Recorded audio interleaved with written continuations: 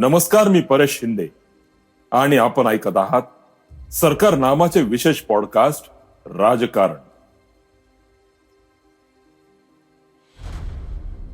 अजित पवार आणि लोकसभा निवडणूक म्हटलं की त्यांची खासदारकी आठवते. अजितदादा कसे खासदार झाले हे जाणून घेऊया. अजितदादांनी पहिल्यांदा विधानसभेची नव्हे तर लोकसभेची निवडणूक लढवली होती. कारण माहितीये, बेधडक आणि स्पष्ट वक्तेपणासाठी अजित पवार ओळखले जातात. राजकारणात दादा म्हणून ओळखले जाणाऱ्या अजित पवारांनी 41 वर्षांच्या आपल्या राजकीय जीवनात अनेक महत्वाची पदे भूषवली. साखर कारखाना संचालक, जिल्हा बँकेचे अध्यक्ष, आमदार, उपमुख्यमंत्री अशा विविध पदांवर त्यांनी केलेली कामे सर्वश्रुत आहेत. पण अजितदादांनी लोकसभा निवडणूक लढवली होती हे फार कमी जणांना माहिती आहे. अजितदादांच्या खासदारकीबाबत जाणून घेऊया. महाराष्ट्रात राजकारणात गेल्या काही वर्षात मोठ्या घडामोडी घडल्या. त्यात अजितदादांचा पहाटेचा शपथविधी, आपले काका राष्ट्रवादी काँग्रेसचे अध्यक्ष शरद पवार यांची साथ सोडून केलेली राष्ट्रवादीतली बंडखोरी आणि त्यानंतर शिंदे फडणवीस सरकारमध्ये सामील झाले. आता आगामी लोकसभा निवडणुकीत 4 मतदारसंघात अजित पवार गट आपले उमेदवार उभे करणार असल्याचे त्यांनी जाहीर केले आहे. अजित पवार आणि लोकसभा निवडणूक म्हटली की त्यांची खासदारकी आठवते. अजितदादा कसे खासदार झाले हे जाणून घेऊया. बारामती लोकसभा मतदारसंघातून अजित पवार हे 1991 मध्ये निवडून आले होते. त्यांनी भाजपच्या उमेदवार प्रतिभा लोखंडे यांचा 3 लाखांपेक्षा जास्त मतांनी पराभव केला होता. अजित पवार यांना पहिल्या निवडणुकीत 4,37,293 मते मिळाली होती, तर प्रतिभा लोखंडे यांना 1,01,030 मतांवर समाधान मानावं लागलं होतं. अजितदादांची एंट्री लोकसभेत झाली, पण त्यांची खासदार म्हणून कारकीर्द फार टिकली नाही. पंतप्रधान PV नरसिंहराव यांच्या मंत्रिमंडळात शरद पवार हे संरक्षण मंत्री झाले. शरद पवार तेव्हा सदस्य नव्हते. 6 महिन्यांमध्ये त्यांना सदस्य बनवले. यामुळे अजित पवार यांना शरद पवारांसाठी आपली सीट सोडावी लागली. अजित पवार यांनी लोकसभा सदस्यत्वाचा राजीनामा दिला.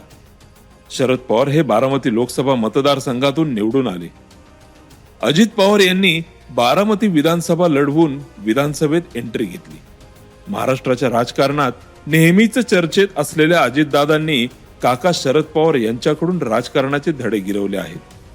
अजित पवारांनी गेल्या 5 वर्षांच्या सरकारच्या कार्यकाळात 3ऱ्यांदा उपमुख्यमंत्री पदाची शपथ घेतली आहे. खासदार, आमदार, मंत्री, उपमुख्यमंत्री, विरोधी पक्ष नेता असा अजित पवार यांचा राजकीय प्रवास आहे. 2019 मध्ये अजित पवारांनी देवेंद्र फडणवीस यांच्यासोबत घेतलेली शपथ अनेकांसाठी धक्कादायक होती. 1995, 1999, 2004, 2009, 2014 आणि 2019 मधील निवडणुका जिंकून ते आमदार झाले. उपमुख्यमंत्री म्हणून अजितदादांची ही 5वी टर्म आहे. 1982 मध्ये अजित पवारांनी राजकारणात प्रवेश केला. आज राज्याच्या राजकारणातील महत्वाच्या नेत्यांमध्ये अजितदादांचं नाव आदरानं घेतलं जातं. शिक्षण, सहकार, क्रीडा, कृषी अशा अनेक विभागांची मंत्री म्हणून जबाबदारी अजितदादांनी सक्षमपणे सांभाळली आहे. मंत्री, अर्थमंत्री, उपमुख्यमंत्री, विरोधी पक्ष नेते अशी पदं अजितदादांनी भूषवली आहेत.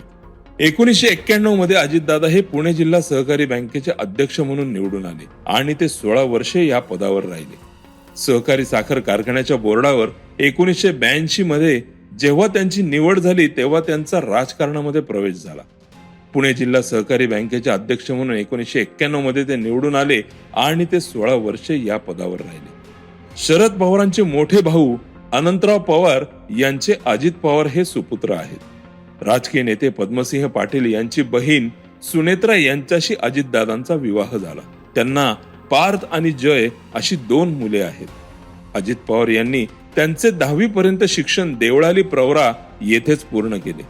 त्यानंतर ते पुढील शिक्षणासाठी मुंबईत आले होते. त्यांनी 5वी पर्यंतचं शिक्षण मुंबईत पूर्ण केलं. त्यांच्याकडे BCom ही पदवी आहे. गेली 3 दशकं विधानसभेचे आमदार असलेले अजित पवार यांनी आता आपले काका आणि ज्येष्ठ नेते शरद पवार यांच्या विरुद्ध बंड पुकारले. आजवर बारामतीची निवडणूक विक्रमी मताधिक्याने जिंकणाऱ्या अजित पवार यांना आगामी निवडणुकीत तगडं आव्हान असणार आहे. अजित पवार गटाकडून आगामी बारामती लोकसभा निवडणूक लढवली जाणार आहे, त्यासाठी त्यांच्या पत्नी सुनेत्रा पवार या उमेदवार असतील अशी माध्यमांमध्ये चर्चा आहे. उमेदवारांचे नाव अद्याप नक्की झाले नसले तरी 1991 नंतर पुन्हा एकदा बारामती लोकसभा जिंकण्यासाठी अजितदादांनी कंबर कसली असल्याचे बोलले जाते.